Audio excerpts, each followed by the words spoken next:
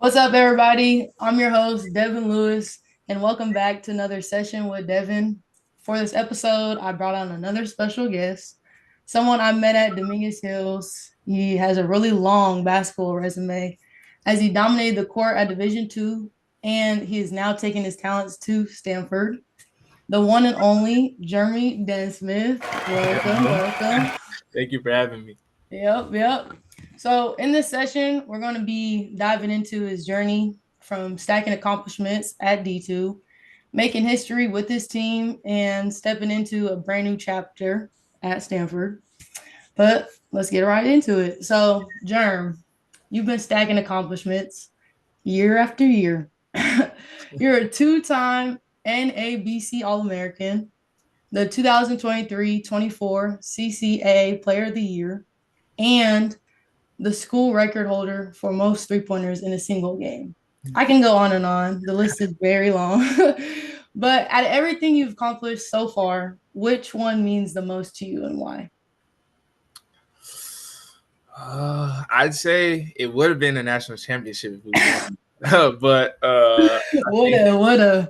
yeah, I think it's the All American titles. I think those are pretty cool. Just because CCAA is just kind of like in conference, but to get the All Americans, like all of D2, you get to put your name next to some other talented guys in Division II and know that out of like a pool of like how many kids, like a ton of student athletes who play, like you're kind of one of those top 15 or just top 10, which is like really cool. And to put your name in something like that is pretty cool, and to do it 2 years in a row, it's kind of humbling at the same time, but like honoring as well. So I think that's just something, or one of the awards that popped up to me and like mean the most.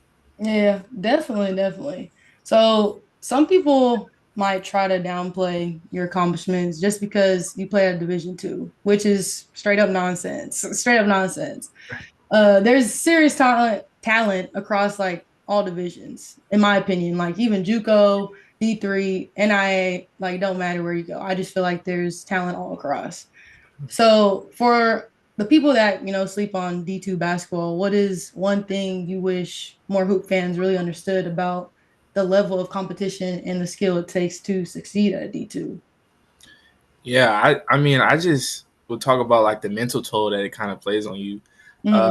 like a lot of Division II guys feel like that they should be playing at a Division I school, and I feel like that's the competition level that we kind of go against. A lot of the guys in our league, even like as we got down the tournament, like a lot of those guys were like real players. Like I remember watching in the Elite Eight when we were getting ready for our Elite Eight games, watching everybody else playing. I'm like, yo, like these dudes can hoop. Right. Yeah, so I think it's the struggle of just like opportunity. I feel like a lot of us like feel like we're there, but we just need that opportunity. And so it's a lot of up and downs. Sometimes you go in there wanting to play Division I, and now you're at a Division II, and it's like most people think like, yo, I'm about to dominate, like and then the time comes and it's like, okay, you're not.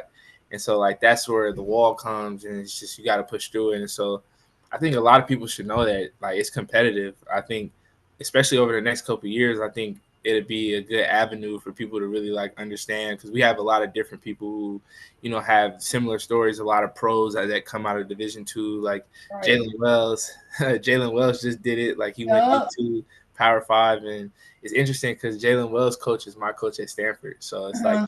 cool to hear his stories and kind of like implement it into like what I do, because he kind of set the platform down, and it's just for me to follow. So I think just like seizing the opportunity and then letting people know that it's real competitive down there. And I think some of the top level D2 teams could compete with low major teams. So I mean that's just my opinion.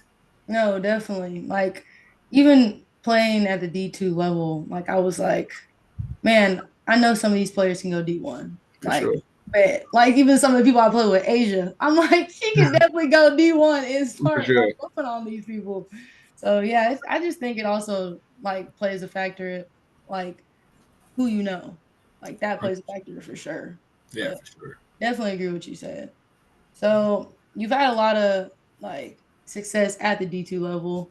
How do you take all those accomplishments and carry that same, I'd say, confidence into the next chapter at Stanford? I think it's like again, like humbling, like just looking at the fact that you quote unquote get to start all over again. Like I'm starting all over. Like I think that's the something that I really needed. It, like I feel like I'm at the bottom again. And I have to build my way up brick by brick. You know, obviously I don't have 3 years to do it. I have one, but like that's the challenging part. And I've always been someone who like kind of embraces that challenge. So knowing that I have all these accolades and like knowing that I've done all this stuff at the D2 level, at the Division 1 level, nobody cares. Like they're like, Right. yo, you know. Yeah. So I think having that chip on my shoulder that I've always had, I think it's just gotten even bigger. Moving up because I want to prove to people like, yo, like it's probably a lot of people out there that saying, that's a big jump. Like, sure you ready for it, and I just want to show people that like I've always been ready. I just needed the opportunity, and so uh, Period. I know my work, how much work I put in, like all that stuff is kind of what builds my confidence. So I'm in the gym every day, like I do, you know what I'm saying? So as long as I'm doing what I'm supposed to do, like I'm always gonna have that confidence to, no matter where I play, to kind of go in there and give an impact on the floor. And that's kind of what I expect to do this year. I think my coaches have been doing a good job of just kind of feeding me confidence as well, helping me out, pushing me to be better every single day. I think that's a good thing as well. Just being able to like start different and like how do I say this? Like you're like my coach always tells me, yo, you need to work harder. And I'm always like, yo, like I feel like I work hard as hell. It's always showing me that there's levels. Like if you feel like you're working hard, like you can work even harder. So, those are challenges that, I'm willing to accept and I'm ready to face. Yeah, that's a good mindset to have too, because I feel like if some people were in your position and have won so much, they'd kind of like take it as in like, oh, I've won a lot. Like this is just something like, I do. But then you have that mindset of like, I can do more. Like it's like a fresh plate of everything, fresh start. And I think that's a good mindset going in because it's like proving yourself once again. Yeah, exactly. I think that's the fun part, like a lot of people like get content, but like I haven't done anything yet. So Yeah, I'm that's excited for this year. good. So you're stepping into a brand new locker room. How have you been building chemistry with your new teammates, and what's the vibe been like so far? Yeah, it's funny. It's a little different than Dominguez for sure. Because over there, I was like the youngest. Like I was always the younger guy. Like my older teammates always looking out for me. But like coming here, I'm like damn near like Unc. Like I'm a post grad. Like I graduated. And so they all like most of my teammates are younger than me. So just trying to be a leader, but at the same time like have that same character that I have. Whether it's I'm always like goofy, like trying to laugh, like All right. having that, but then also knowing like when it's time to step on the court, kind of being able to talk to my guys. And that's something that I kind of want to grow with because I wasn't always the best at being vocal. So like just being vocal more.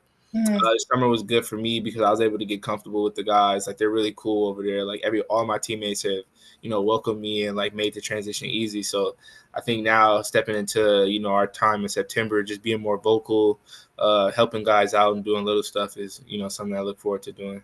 Yeah, that's good. That's On good. fire. So be real with me. Have Yeah. you had that welcome to Division 1 moment, like in practice, where you're like, dang, this is moving faster than what I'm used to, or anything like that? Like, Yeah, low key. Like my first practice, I didn't have like the greatest practice at all, at least to my standards, how I felt. Like I kind of like you practice during the summer, but you don't know what it's like until you get there. And so right. I feel like I was going, like I was coming in like, yo, I'm about to dominate because that's just how I think everywhere. Yeah. Like You're like it's how it's ready. gonna be. And then you get to playing and like the game does move a little bit faster, which I was ready for. But like I think it was we do this thing called Cardinal. Mhm. My teammates gonna laugh at this. And they threw like a lob to somebody. I'm like I try to jump. Like most dudes in D2 1, they don't dunk the ball like that. But two, like I'm just trying to like play hard. Play. Yeah, Yeah. play hard so the coaches can see. So I jump. It's like 6'11". He booms on me. I just start laughing because like it's funny. It's not. It's like yeah, like it's funny, bro. It's like laughing, but I'm like okay, like let's do it. And then we have like open pickups and like my first pickup, I score in the ball well, but like there's certain stuff like just little turnovers that I wasn't really used to having because it's a Yeah. different level. So I think that was like those like couple like having those turnovers and getting punched on, I think those were, like, my eye openers that like, okay, like I'm gonna have to play my game, but also do things a little bit differently if I want to take, that next step. Definitely, definitely. Just getting used to it all. It's new. It's new. Exactly. So fast forward to the end of this season. Like, what's gonna, what's gotta happen, like for you to look back and say, yeah, that was a successful year for me. I mean, team wise, I think I want to make the tournament. Like we made the tournament last year at the Division II, and like that was probably some of the most fun I've had playing basketball in a while. So I Yeah. want to be able to experience that at, like the Division I level, see what it's like, and like just be able to like put my foot in the door, like have a good playoff performance. And I think individually, I try to set high goals for myself every year. So hopefully, play myself into hopefully if we can a draft spot, but if not, hopefully get into summer league. Just trying to get my foot in the door into the NBA space, and Yep. I think that's the biggest plan for me. Like looking back and then just having that, and then just knowing that I got better. Like I'm always one of those people. Like whatever situation I put in, like as long as I'm getting better, getting the reps, like I'm gonna figure it out myself, and I'm gonna figure out a way for me to be successful. So just continuing to get better, continue to grow this year, and then just have a dominant year. I think that's something that I'm looking forward to. Yeah. Well, even though this is new, like Division I, this growth that you're, this big step that you're taking, like I believe that you can achieve that just because of I've seen how hard you work, and I'm like, he a dog, he a dog. So just Sure. keep having that same work ethic that you got, and I just think it's gonna take you far wherever you want to go for real. Thank you. Yeah, but like I mentioned earlier, player of the year. Like, what was the moment during that season where you felt like, yeah, I'm that guy this year? Like, this is what I do. I think it was the week of the 9 3-pointers. I think because we came into that Pomona game, it was just like a normal game for us, and all of a sudden we started losing, and then I Oh. just went, yeah, it was like a switch turned on, and obviously I'm a competitor, so most of that came from just not wanting to lose, and I Hmm. think. I had that 41 piece, and I was just like, that was like, okay, like I had a really good game. And then Yeah. we came back, and I think I had like 27, 28 the next night at San Bern. And it was Hmm. like efficient, like 27, 28. And I was like, oh, yeah, yeah, I feel myself for sure. Like, I feel I'm the best player in this league, and it's like no doubt. And so I think from there, it's just like building confidence. You see, like you have a couple good games in a row, and now it's like, boom, it's like okay, and your teammates believe in you a little bit. But I think that week for me was definitely like the turning point for me. And like I always had that confidence in myself, especially throughout the season, because I had some good games to start that season. But I think those were like okay, you're good, and then this one was like, bro, like okay, you can be really good if you put the pieces together. So I think that was like the week for me. Yeah, you were like, shoot, I'm him. I'm him. I don't care. Nobody said I'm him. For sure, definitely a confidence builder. But man, last year was a huge year for Dominguez Hills. Like I'm talking about like how the women's and men's team both Fire. made history. Like it was fun to be a part of. But what was it like being a part of that season and like where everyone was stepping up and making something special? Like what was it like about that season was just like this is just great. I think it was just like I don't think I've ever like I don't know if I ever will be a part of something like that or ever like been, but like that was like the most connected like as a team like that we like I've ever been on. Like Mm-hmm. we all like it was never any beef between anybody like throughout the entire year. Like we always had each other's back no matter what the situation was. Like we hung out with each other all the time. Like we're at each other. Like we have team events. They all come to my grandparents' house and like we all eat together and like just we're all just doing stuff like that. So I knew like kind of like okay we're gonna be good. But then just being able to experience like that with them and I think like it wasn't even about myself at the time. It was more like for my like AG and DJ, people who've been there for like 6 years, like Yeah. they've been there while we weren't winning at first, and like for us to like kind of build towards that, it was just like amazing. And then not only us being able to experience it, but like our past teammates like calling us like, yo, like